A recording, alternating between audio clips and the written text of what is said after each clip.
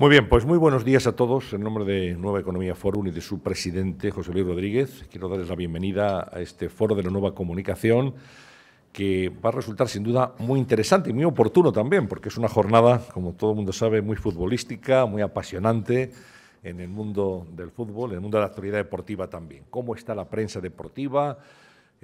¿Cuál es la salud que tienen en este momento los medios deportivos? ¿A qué retos se enfrenta? ¿Cuál es su presente y su futuro? Bueno, pues de todo esto vamos a poder hablar y aprender esta mañana en este foro de la nueva comunicación. Saben que el invitado es Ernest Folk, director del diario Sport, y para introducirle y para abrir este desayuno, pues tengo el gusto de ceder la tribuna a Juan Ignacio Gallardo, director del diario Marca. Cuando quieras.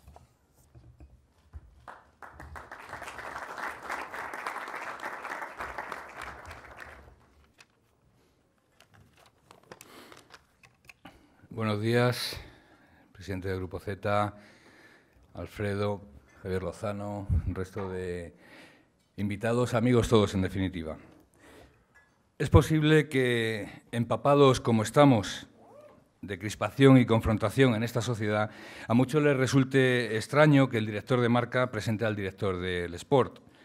Los que, como Ernest o como yo, entendemos el mundo como un espacio en el que convivir y disfrutar, los que valoramos a las personas sin mirar su tarjeta de visita, los que creemos que el camino de la vida se recorre más fácil de la mano que a codazos, verán con total naturalidad que el director de Marca esté hoy aquí presentando al director de Sport. Tengo una sintonía especial con Ernest. Quizá nuestra edad similar, quizá el hecho de que a los dos nos encomendasen a la vez pilotar el rumbo de dos grandes periódicos, hace ya 2 años, generó entre nosotros una buena relación, que también mantenemos, tengo que decirlo, entre los 4 directores de los principales periódicos deportivos. Aquí está, por ejemplo, Alfredo Relaño para atestiguar esa buena relación, un referente en esta profesión. Ernest Folk es un tipo de esos que merece la pena conocer. Inteligente, culto, buen conversador, transmite serenidad y confianza. Es férreo en cualquier debate y sabe exponer bien sus argumentos, con la solidez que aporta el convencimiento en sus ideas. Viene del mundo editorial, un terreno que a mí me encanta y que quizá también haya contribuido de forma intangible a nuestra amistad. Y aterrizó en la dirección del Sport en un momento, como todos sabemos, de furiosa tempestad en el negocio de los medios de comunicación. Ha tenido que lidiar, y sé en primera persona lo que eso supone, con ERES, despidos, recortes, en fin, con un escenario muy amargo y nunca deseado, pero que infelizmente corresponde a los tiempos espinosos que nos ha tocado vivir.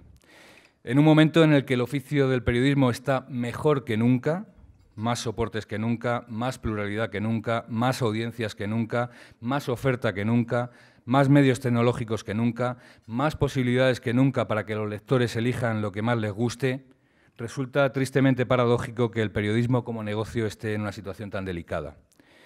Ernest está obligado, como el resto de directores, a desdoblarse en 2 batallas, la informativa y la de gestión, las 2 muy complicadas y arduas, repletas de dificultades que sortear.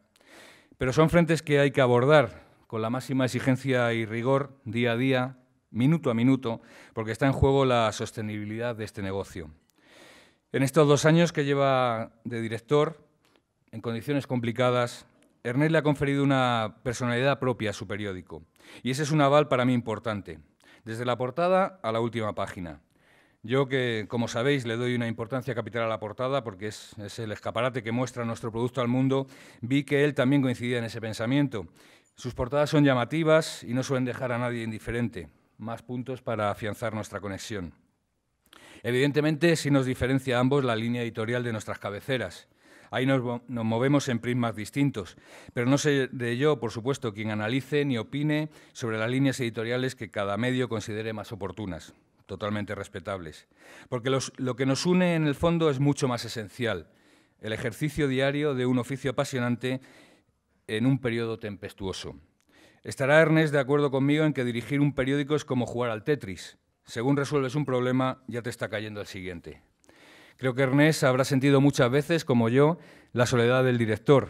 Ese momento en el que tienes que convivir únicamente con tus decisiones y tu responsabilidad, sin asideros en los que apoyarte.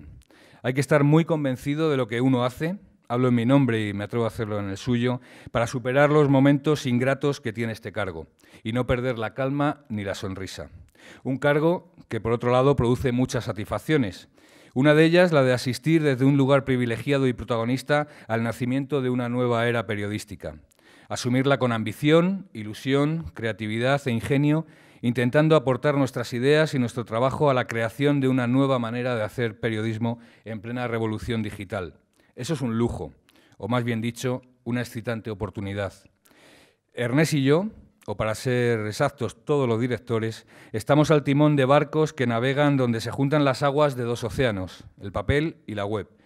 Hay fuertes corrientes en este mar y grandes tormentas, pero somos marineros corajudos que sabemos dónde está la línea del horizonte y no nos asusta remar. Por eso aplaudo desde aquí la labor de Ernest, porque sigo muy de cerca todos sus movimientos periodísticos con ánimo de aprender. Me interesa mucho lo que hace la competencia, porque generalmente se extraen conclusiones interesantes. Me alegro de los éxitos de Ernest y lo digo con sinceridad. Yo quiero que Marca, evidentemente, sea el que más audiencia tenga, pero creo que hay espacio para todos y confío en que todos los medios salgamos vivos de estos tiempos turbulentos para el negocio. Considero a Ernest un gran tipo, una persona respetuosa y respetable, un director competente y muy profesional. Y a partir de ahí podremos discutir de fútbol, del Barça, del Madrid, de Cristiano, de Messi o incluso de Cataluña. Seguramente no nos pongamos de acuerdo, discreparemos mucho, pero al día siguiente le dejaré las llaves de mi casa si las necesita, porque para mí lo importante es la persona, y él es una buena persona, cualidad que el maestro Kapuscinski indicaba como condición indispensable para ser buen periodista, ser buena persona. Tengo que agradecerle que haya contado conmigo para esta presentación en un foro abierto de debates e ideas. Estoy deseando escuchar sus reflexiones acerca de esta profesión nuestra, tan criticada últimamente, de forma injusta, la mayoría de las veces. Que comparta con nosotros sus pensamientos en voz alta es una sensacional manera de empezar un día que se presume excitante. Su experiencia como director en estos 2 años, que al ritmo que va la sociedad son como 2 lustros, le otorga una visión interesante del panorama actual desde una atalaya privilegiada. Tengo mucho interés en comprobar si su análisis sobre el actual escenario del periodismo y los medios de comunicación coinciden con mis reflexiones en estos también 2 años como director. Estoy seguro que sí. Les dejo con Ernest Folk, con mi buen amigo Ernest Folk, director del diario Sport.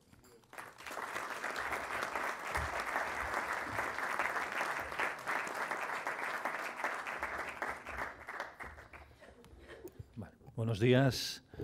Bueno, es difícil hablar después de las palabras de Juancho. 5 minutos antes de entrar, hablando con Juancho y Alfredo Relaño, a los dos los quiero mucho, me he dado cuenta de que hoy estoy aquí básicamente porque ellos habían rechazado estar aquí, o sea que soy un poco el novato de la situación. Juancho, muchas gracias.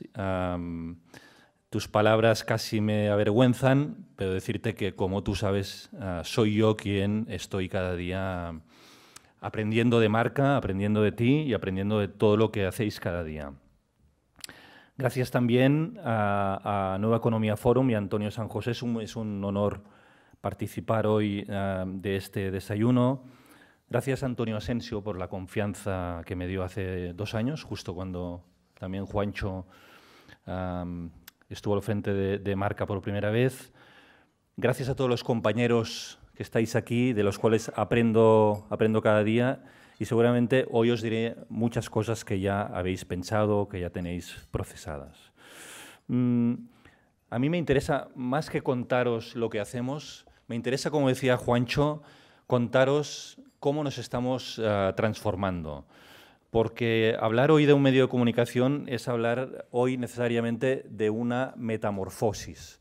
Hoy los directores, y lo hemos hablado con Juancho, también con Alfredo, no estamos dirigiendo un periódico, estamos dirigiendo una transformación, un cambio, y además un cambio muy particular porque nos suceden cosas muy parecidas a los medios tradicionales y a la vez muy diferentes. Y para entender este factor diferencial, es básico entender unas cuantas cosas. Primero, un fenómeno inédito que solo sucede en España, que hay 4 grandes periódicos de ámbito deportivo y de tirada nacional. Esto no sucede en ninguna otra parte del mundo.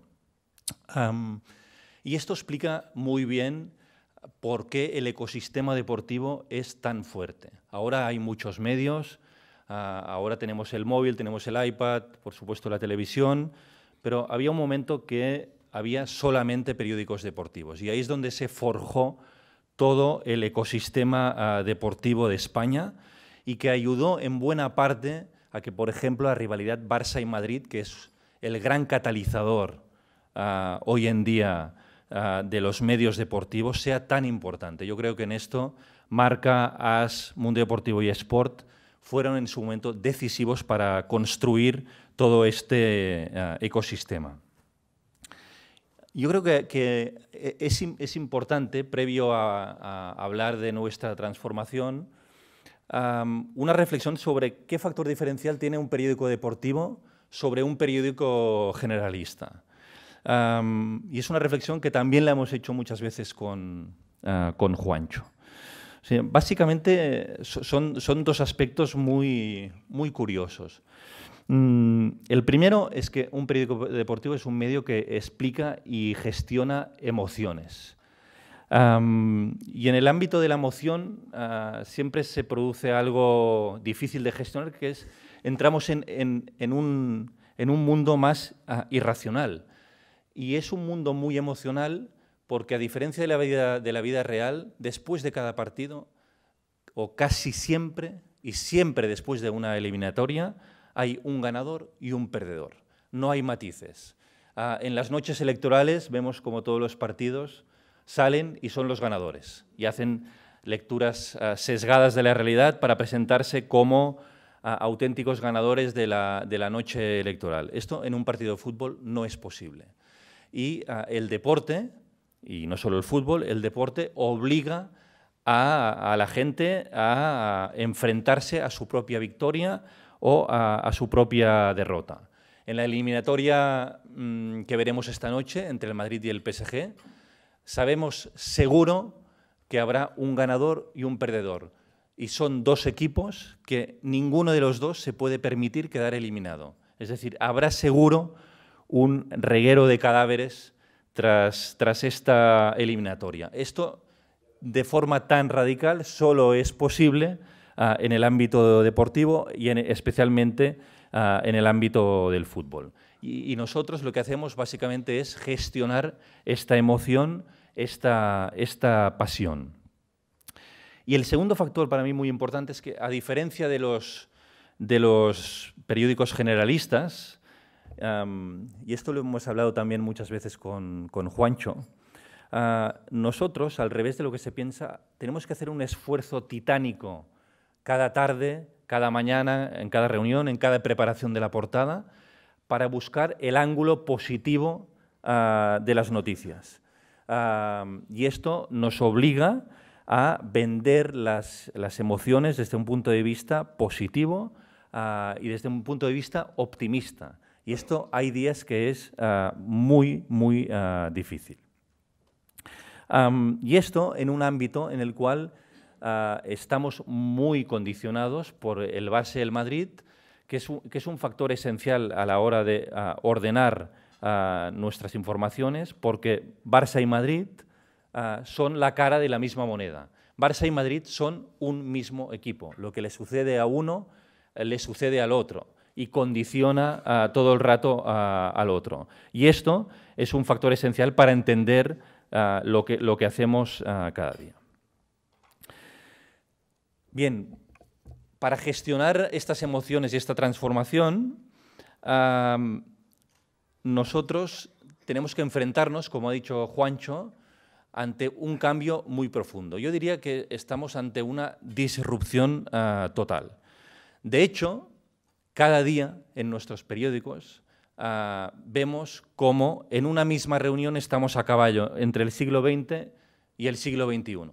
Estamos discutiendo páginas de papel 5 minutos antes de discutir cómo colgaremos un directo en streaming vía Facebook. Y los dos mundos tienen que convivir en 5 minutos de diferencia, y ahí creo que es una de nuestras grandes dificultades. Lo cierto es que nunca habíamos tenido tantas dificultades, pero nunca habíamos tenido tantos lectores. Nosotros, por ejemplo, hemos pasado de unos 150.000 lectores en papel, hace muy pocos años, a el pasado 1 de septiembre, en el cierre de mercado, nos entraron 5,5 millones de usuarios únicos en un solo día. Es decir, nunca habíamos tenido tanta audiencia y nunca tantas dificultades también para monetizarla. Nunca habíamos tenido tanta publicidad, pero nunca tan variada. Hemos pasado de un 100% de publicidad en el soporte papel a un 60%, a un 70% de esta publicidad en un soporte digital. Hemos pasado de tener el 100% de nuestros lectores en España a tener más del 40% de nuestra audiencia fuera de España, repartida por todo el mundo. Esta disrupción tiene una serie de características muy específicas. Hemos pasado de ser un medio en papel a ser también un medio online. Hemos pasado de ser un medio, por lo tanto, local, que tenía que ir viajando con el papel, a ser un medio global. Incluso hemos pasado de ser un medio internacional a ser un medio que hoy estamos empezando a abrir lo que llamamos franquicias. Nosotros estamos en inglés en todo el mundo, nos leen, por supuesto, en castellano en todo el mundo, pero nos leen también a través de una franquicia en Japón, que es Sport Japan, que es un sistema que hoy estamos empezando a desarrollar en más países. Hemos pasado de ser una plataforma única a ser una multiplataforma a través del iPad, del móvil, de la televisión, de muchos soportes. Hemos pasado de ser un diario a lo que llamamos a ser un minutario. Estamos haciendo una noticia en cada minuto. Hemos pasado de una actualidad narrada en diferido a un multidirecto, donde más de 10 acontecimientos pueden suceder a la vez en la web de Sport en directo. Hemos pasado, por supuesto, de un sistema de narrar la actualidad a través de la escritura a un formato absolutamente audiovisual y simultáneo, donde vemos cómo somos capaces de producir contenidos en directo y en audiovisual. Hemos pasado de un perfil de periodista especializado a un periodista total, multisoporte y digital. El periodista ya no es solo alguien que escribe, sino alguien que está en un sitio, que es testimonio de los hechos en directo, que es multisoporte y que, por supuesto, es digital. Y todo este cambio lo hemos hecho con una transformación también del deportista. El deportista ha pasado de ser un simple deportista a ser un icono global de marketing, cuya imagen se representa en los países más importantes del planeta las 24 horas del día. Hemos pasado de tener una redacción que se empezaba a llenar a las 4 de la tarde y se vaciaba a las 12 de la noche, para ser un medio 24 horas, algo que supone una transformación radical, una transformación costosa, como decía Juancho, y que nos obliga a veces a transformaciones dolorosas, pero muy necesarias. Hemos pasado también de narrar lo que sucede en el campo a lo que acontece fuera de él. Ya no es solo lo que sucede en el césped, sino también qué hacen los deportistas fuera del campo, cómo se comportan fuera de él y qué imagen proyectan. Hemos pasado de tener todos los procesos internalizados a buscar una fuerza externa a través de colaboraciones, empresas, etcétera, y a tenerlo de forma externa. Hemos pasado, como os he dicho antes, de tener el 100% de los anunciantes solo en papel al 60%, al 60-70% ya en digital, con anunciantes que buscan interactuar con los contenidos en directo. Hemos pasado de la interacción estática con el lector a una participación continua. Ya no es un viaje solamente de ida, del medio al lector, sino que es un viaje de ida y vuelta, del medio al lector, otra vez al medio, y se ha transformado en un viaje infinito. Nosotros dialogamos hoy con los lectores, comentando también sus comentarios, que a la vez provocan más comentarios. Hemos pasado, en definitiva, de ser un medio de comunicación a una comunidad, y además a esta comunidad convertirla en un cruce con otras comunidades, vía Instagram, vía Twitter, vía Facebook. Hemos pasado, como decía Juancho, de tener la portada como una primera ventana a la portada como principal escaparate de marketing y como motor esencial de nuestra marca. Hoy la portada es el gran punto de unión entre el papel y el digital. La portada es básica para vender periódicos, pero es básica también para encontrar un nuevo público digital. La prueba de que se pueden encontrar muchas sinergias entre el viejo mundo y el nuevo mundo. Cuando nosotros colgamos la portada en papel, normalmente hacia las 12 de la noche, nos encontramos que pasa a ser una de las noticias más vistas del día y una de las noticias más compartidas. Hemos tenido también que transformarnos desde el punto de vista de los contenidos.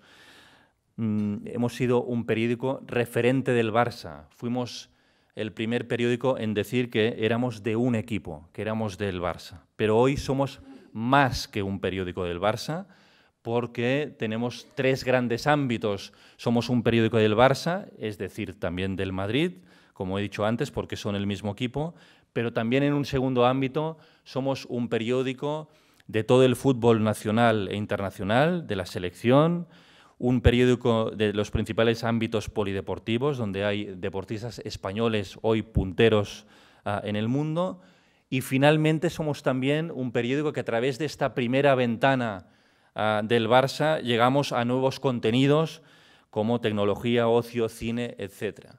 Alguien me dijo el otro día que para nosotros, y viendo nuestra transformación, el Barça era un poco el aperitivo, la sala primera donde nuestro lector entra, pero luego entra a otras salas a comer muchas más cosas. Hemos evolucionado el target. Nosotros teníamos un público de más de 45 años, a un público de todas las edades, a través de todas las plataformas, y hoy empezamos con públicos ya muy tempranos, desde 14 años, es decir, el público que también consume el fútbol y los deportes en todas las plataformas. Hemos pasado de tener un público 85% hombres a ya tener un 40% de mujeres. Hemos pasado del ordenador al móvil y hemos pasado de ser un medio principal a ser también una segunda pantalla. Nosotros somos un medio que participa de esta fusión de medios. Cuando todos vemos un partido de fútbol, es muy difícil que alguien vea hoy un partido de fútbol solo viendo una pantalla o solo escuchando la radio. Hoy en día la gente ve un partido de fútbol conectado al menos a 3 medios, y nosotros hoy también somos una de estas segundas y terceras pantallas. Hemos pasado de redactar desde los hechos a crear también desde Analytics, aprendiendo de los datos que nos envían nuestros lectores, aprendiendo de las noticias más vistas y de las menos vistas, y también aprendiendo que, digamos, Analytics no es la única verdad y que también es nuestra obligación crear tendencias, probar nuevas cosas, innovar y buscar también la forma de liderar los contenidos en este mercado. Hemos superado lo que llamo el dilema NBA, que hemos pasado de esta noticia NBA que era incómoda porque te obligaba a estar siempre a caballo entre el periódico de un día y del día siguiente, a entender que teníamos que enfocar las noticias tipo NBA, primero en un directo en horarios que antes eran intempestivos y hoy son necesarios, y hacer convivir este directo con un reportaje, ya no con una noticia. Y como decía Juancho, hemos tenido que aprender a trabajar no solo para mañana, sino sobre todo para el año siguiente. es tal la transformación que estamos viviendo que necesariamente una parte muy importante de nuestro día a día es justamente huir del día a día y pensar en lo que nos va a acontecer al cabo de unos años, al cabo de unos meses. Y dentro de este escenario de transformación hay cosas que nunca cambian. Nunca cambia la necesidad de explicar cosas interesantes, la necesidad de provocar y gestionar estas emociones, la necesidad cada vez más imperiosa de ser rápidos. La velocidad hoy, antes era un factor esencial en la prensa deportiva y ahora es absolutamente fundamental. Ahora bien, la batalla por ser los primeros no nos tiene que desviar de la batalla de ser buenos, de ser inteligentes y de ser imaginativos. Tenemos, por supuesto, que ser innovadores, y en esto la prensa deportiva creo que somos los más valientes en el sistema de prueba y error. Estamos siempre probando nuevas cosas, nuevas iniciativas para ver cómo llegamos a estas dificultades. Y, en definitiva, tenemos el inmenso reto de convertir las dificultades en oportunidades. Y con esto termino. Estamos ante un sector que está transformándose, está en un momento, lo decía Juancho, duro, en un momento difícil, pero yo creo que en un momento muy apasionante, porque lo que está claro es que los medios deportivos vamos a permanecer siempre y cuando nos transformemos, entendemos los retos que tenemos delante y entendamos perfectamente qué es lo que quiere nuestro lector. Si vamos de la mano del lector, seguro que tenemos un futuro por delante muy emocionante y podremos gestionar partidos como el de esta noche, el Madrid-PSG, de forma que sean todavía más importantes y más emocionantes para el lector. Muchas gracias.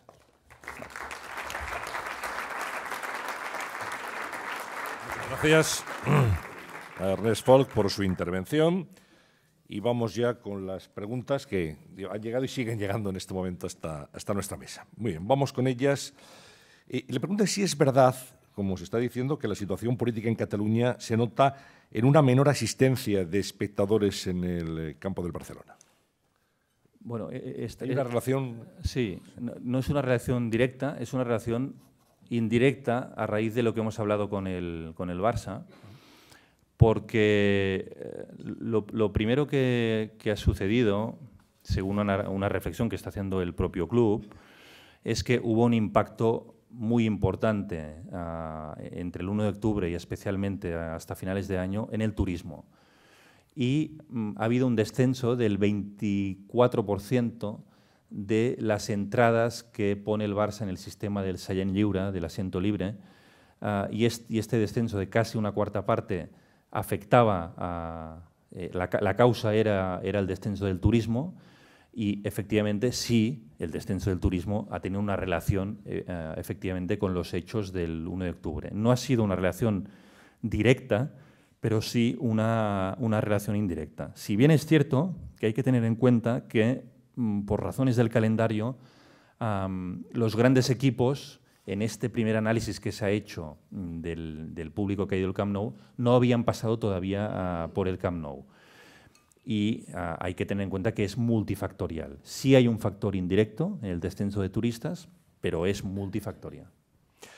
Bien, Pedro González, del debate de hoy, dice: ¿qué papel, señor Folch, pueden jugar ahora los medios deportivos en la normalización de una Cataluña dentro de la Constitución? ¿Hasta qué punto un diario barcelonista comulga con la deriva independentista del propio Barça?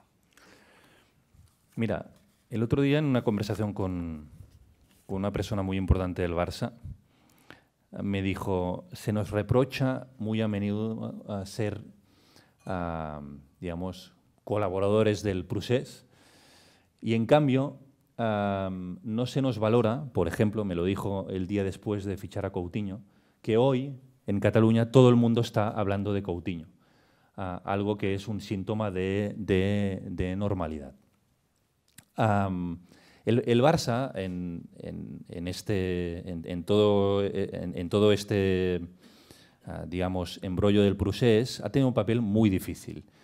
Y a veces se le ha reprochado la misma cosa, una cosa y la contraria, por el mismo comportamiento. Al Barça se le ha reprochado ser un club comprensivo con el independentismo, incluso impulsor de iniciativas independentistas, cuando en realidad el Barça lo único que ha hecho es pronunciarse a favor del derecho a decidir como una entidad más, tampoco de forma activa, pero nunca a favor de la independencia.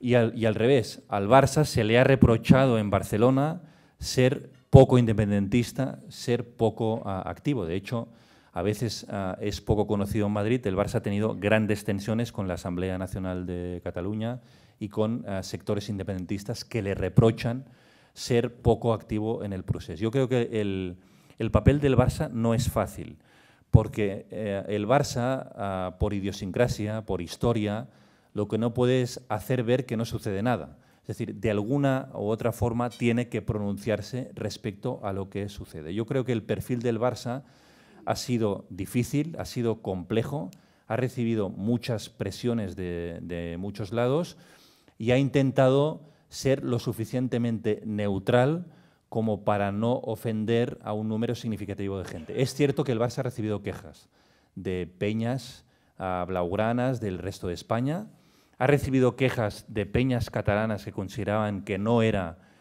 suficientemente activo, y hoy la reflexión que hace el Barça es que algo habremos hecho bien si se nos queja todo el mundo. Una cuestión, digamos una curiosidad personal. ¿Tú como director, Ernest, has tenido en este tiempo más presiones o algún tipo de insinuaciones que hayan condicionado tu trabajo? Yo sinceramente creo que esto de las presiones a los directores es bastante una leyenda urbana. Y sí, hay comentarios, hay conversaciones, hay cambio de impresiones, pero nada que se parezca a un intento de cambiar los contenidos de un periódico o cambiar la línea editorial. Nuestra obligación es escuchar a todo el mundo, es hablar con todas las partes y es intentar entender al otro. Sí es cierto, sí me sucedió varias veces que lo que uno piensa un día se va matizando a lo largo de los días y vas teniendo otro punto de vista. La verdad no es unívoca y única en un momento dado, sino que a veces va evolucionando. Pero forma parte de nuestro trabajo, y Juancho lo sabe, hablar con mucha gente, escuchar y sacar tus propias conclusiones. Pero yo al menos nunca he recibido ninguna llamada de decir esto hay que cambiarlo, esto hay que plantearlo de forma diferente. Nunca. Sí es cierto que hay gente molesta. Hay gente molesta y hay gente que no soporta bien las críticas. Nosotros tenemos una sección en la página 3, que también la reproducimos online, que es maldito el día que la creamos, que es una sección de tarjetas. Y damos una tarjeta azul positiva, una tarjeta amarilla y una tarjeta roja. Pues bien, cuando hay tarjeta roja, normalmente bueno, hay un disgusto. Pero esto lo encuentro lógico y nosotros lo que tenemos que hacer es defender el por qué lo hemos hecho. Antonio Rubio, de la Asociación de Periodistas de Investigación, API, dice, ¿por qué no se ha profundizado o investigado los diarios deportivos en el caso de Football Leaks?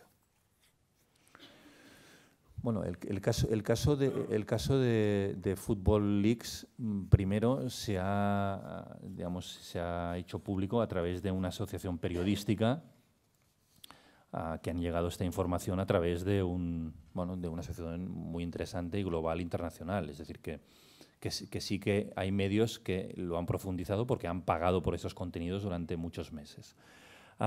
El resto de medios, yo no estoy de acuerdo. Creo que nos hemos hecho eco de estas informaciones que además afectaban a algunos jugadores muy importantes.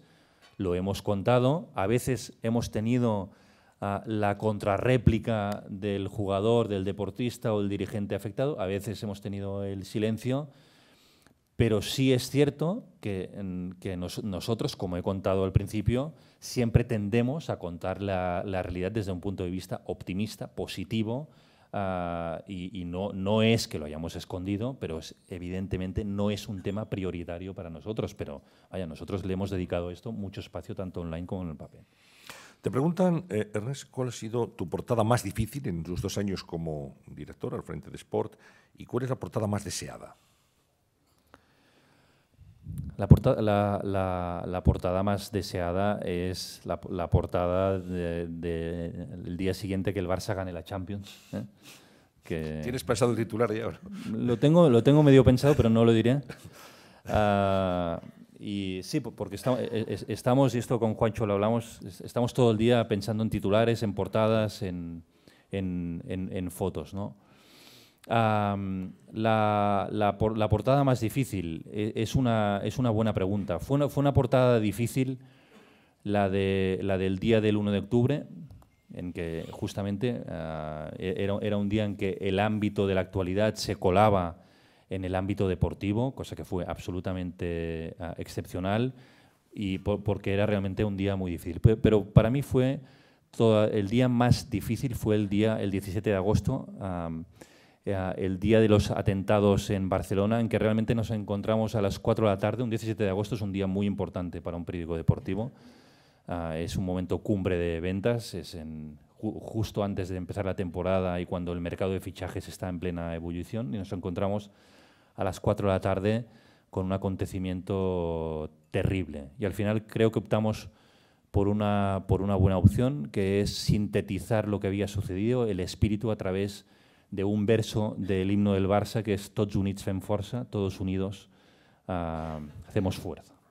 Y este fue seguramente el día más difícil. Estos días son muy complicados porque te encuentras como un periódico especializado es invadido por toda la actualidad y hay días en que no puedes mirar para otro lado. Miguel Ángel Iso dice, han hablado los dos de crispación y de enfrentamiento. ¿Hasta qué punto no son ustedes dos responsables de extremar las diferencias y la tensión, que en el fondo es una tensión irreal? Es una muy buena pregunta de Miguel Ángel. Sí, tenemos nuestra parte de responsabilidad. Es decir, para agitar las emociones, a veces nos situamos en un umbral delicado, que es el del umbral de agitar emociones que pueden llegar al enfrentamiento. Creo que nunca cruzamos esta línea, pero sí es cierto que a veces generamos polémicas, y tanto Juancho como yo lo hemos sufrido, y se nos ha acusado a veces de poder generar este enfrentamiento. Pero yo creo que hay una línea roja que nunca hay que cruzar, que es justamente la del espíritu deportivo y el espíritu cívico, y nunca sugerir nada que sea un enfrentamiento físico, nada violento, etc. Sí creo que la rivalidad es muy buena. Y sin la rivalidad Barça-Madrid hoy no estaríamos aquí, probablemente nuestros periódicos no existirían, no se venderían los derechos de televisión a los precios que se venden, no se generaría una expectación que hoy es global ante un partido como el Clásico. Y yo creo que está bien fomentar esta rivalidad, explotarla, pero siempre sin cruzar esta línea roja. Roberto Marván, de Periodista Digital, dice, ¿vendéis más periódicos, Ernest, el día después de una gran victoria del Barça o después de algún gran batacazo del Real Madrid, que irremediablemente es el objeto de una portada de Sport? Y esto se une con otra pregunta que dice si vais a vender más periódicos mañana si gana esta noche el PSG. No te pregunto qué deseas, porque tampoco quiero ponerte en un compromiso. Mira, fíjate, voy a empezar por el final. El Madrid-PSG es un partido muy curioso en el que juegan todos, pero gana el Barça, seguro. Porque el Barça o se quita de en medio el Madrid o se quita en medio a Neymar, que son los dos demonios. Con lo cual, hoy es muy fácil. Hoy es un partido para ver de forma relajado desde el prisma del Barça. Mira, te voy a responder sinceramente. Hay días que vendemos incluso más periódicos con una derrota del Madrid. Si esta derrota implica, como ha sido este año, una derrota que deja fuera al Madrid de la Liga, que lo sitúa en una posición muy, muy incómoda, y sí, efectivamente, esto nos hace vender periódicos. Aún así, yo creo que nada supera los periódicos que vendemos cuando el Barça gana un gran título como la Liga, como la Champions, como un triplete. Pero efectivamente, como he dicho antes, Barça y Madrid son un solo equipo. Y es las alegrías de uno y las desgracias de otro, que normalmente son dos vasos comunicantes, y nunca verás los dos muy bien o los dos muy mal, siempre están en situaciones antagónicas, efectivamente se retroalimentan y son un motor la una del otro. Preguntas también sobre tu postura o tu visión acerca de los abucheos al himno. Ahora tenemos en abril una final de la Copa del Rey, que bueno, pues puede ser también una repetición de las que se han jugado en años anteriores. ¿Tú qué análisis haces de eso, Ernesto? A mí no me gusta, a mí no me gusta que se abuchee. Creo que esta es una de las líneas rojas que decíamos antes. No me gusta que se falte el respeto. Creo que una de las lacras del mundo del fútbol son los insultos. Creo que los insultos y las faltas de respeto. Y creo que el otro día, con el incidente de Piqué en el campo de Cornellá, tuvo la virtud de aflorar este problema. Al final, lo que tenemos que conseguir es que en un campo de fútbol, aunque sea en las gradas, ni se insulte ni se falte el respeto, ni se produzca ninguna situación de violencia, por supuesto física, ni verbal.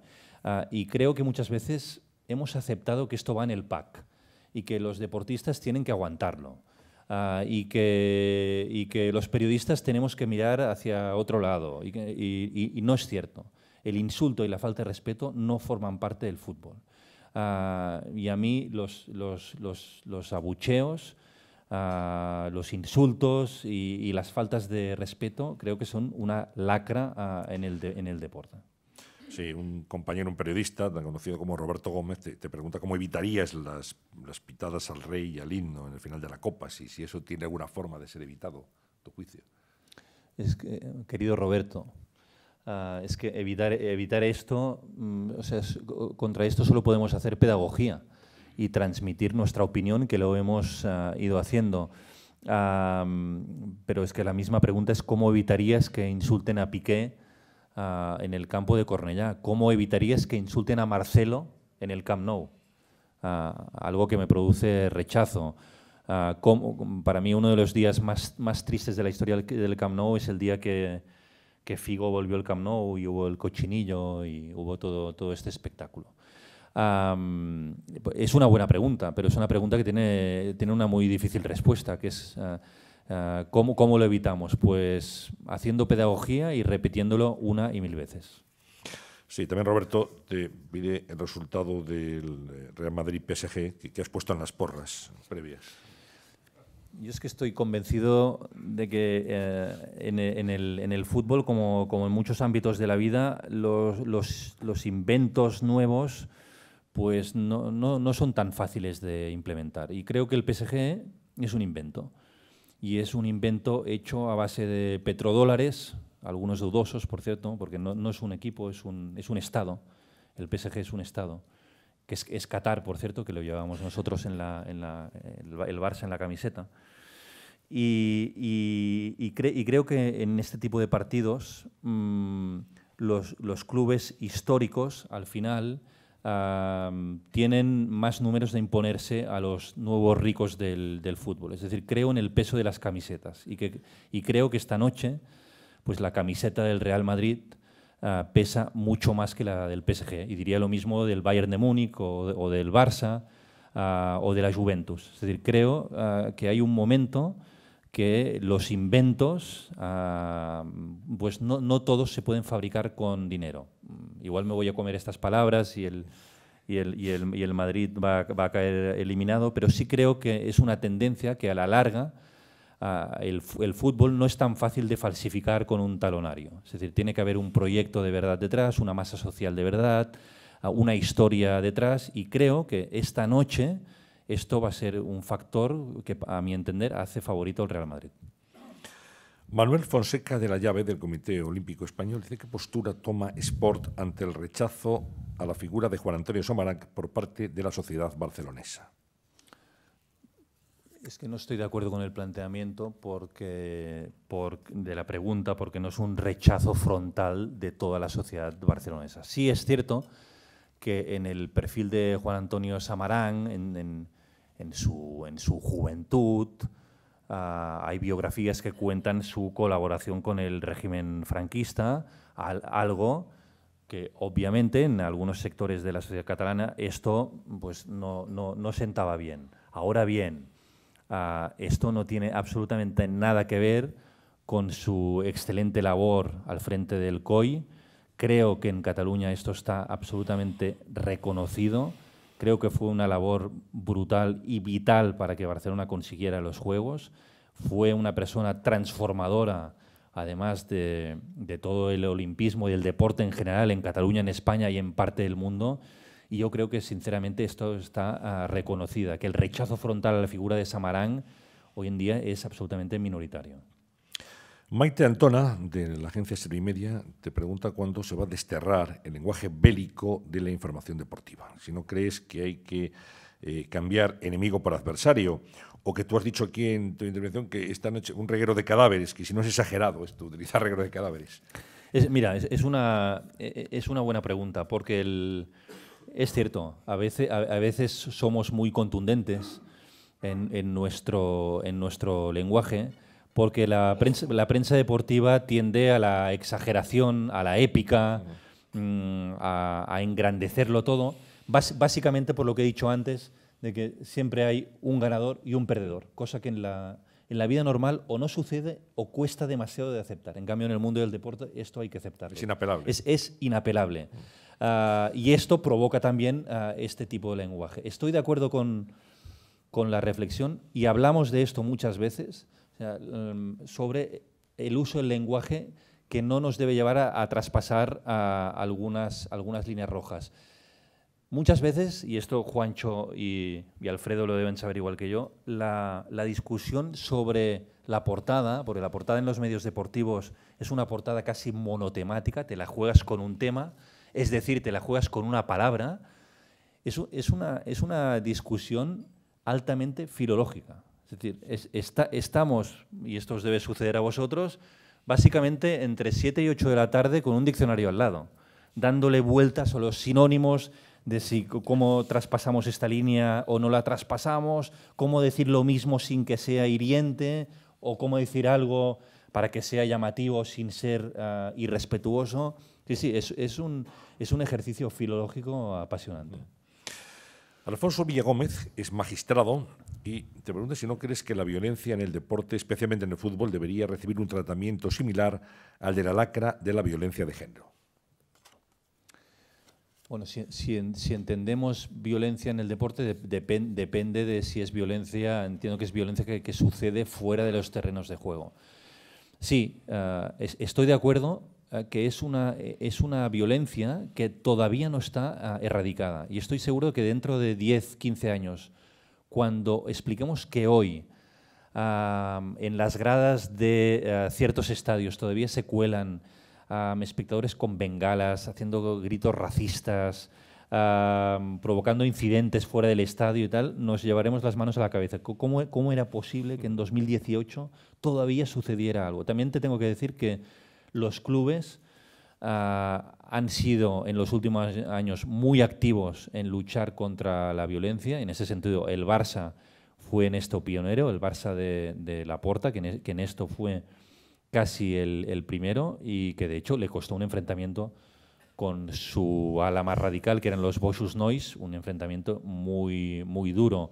Y luego se han sumado a otros clubes. Es decir, creo que hemos avanzado mucho, pero estoy de acuerdo que todavía queda mucho camino. Te pregunta Enrique de Aredba, de Radio Internacional, ¿cuál es la actitud de Sport ante la actual invasión de las denominadas fake news, las noticias falsas que circulan a toda velocidad por Internet, también en el mundo del deporte? Pues este es una gran pregunta y es uno de los grandes dilemas que tenemos ahora. O sea, y es una reflexión que tenemos interna, cómo no puede ser que por tener 1000 clics más vayamos a una velocidad que nos impida detectar estas noticias falsas. Y sí, nos hemos encontrado nosotros a menudo reproduciendo informaciones de forma rutinaria y a veces como si fuéramos un rebaño de ovejas. Y es una autocrítica que hemos hecho muchas veces y estamos en un proceso de reflexión y de ver todos los filtros que tenemos que poner dentro de una redacción, dentro de un sistema periodístico como el que tenemos hoy, para evitar que nos comportemos como ovejas, siguiendo todos la primera oveja sin saber dónde va ni cómo va hacia allí. Pero sí, este es uno de los grandes retos que tenemos hoy. Blanca Nevado, de la revista Estrategia y Geopolítica, dice cuál es la influencia y control de los fondos soberanos chinos en los equipos y los medios de comunicación.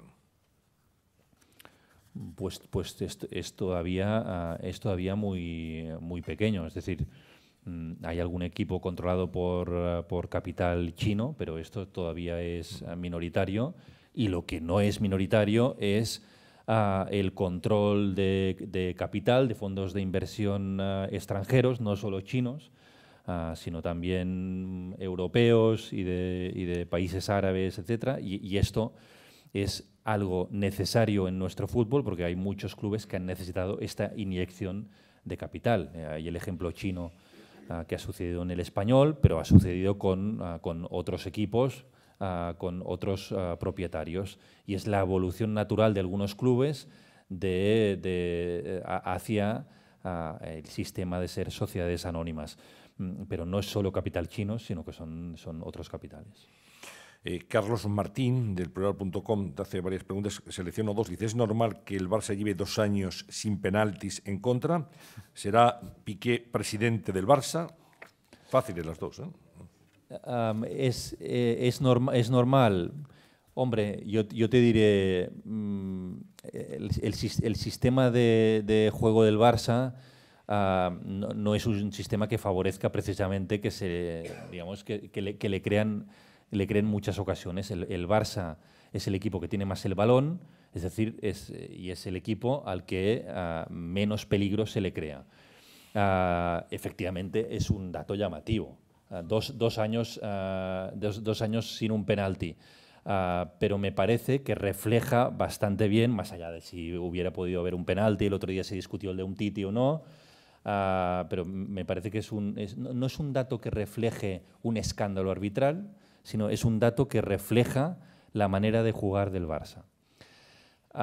Respecto a si Piqué puede ser presidente, bueno, yo creo que Piqué es un jugador que trasciende el ámbito puramente deportivo, que es empresario, que es un activista social y político y mediático y que dice lo que piensa y que es una persona muy relevante.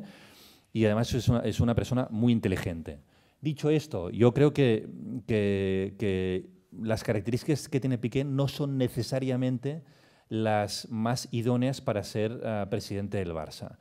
Creo que se ha ido muy rápido en decir que Piqué va a ser el próximo presidente del Barça. Seguramente porque él lo ha promovido y él ha sido muy activo, digamos, en dejar que esto cuajara.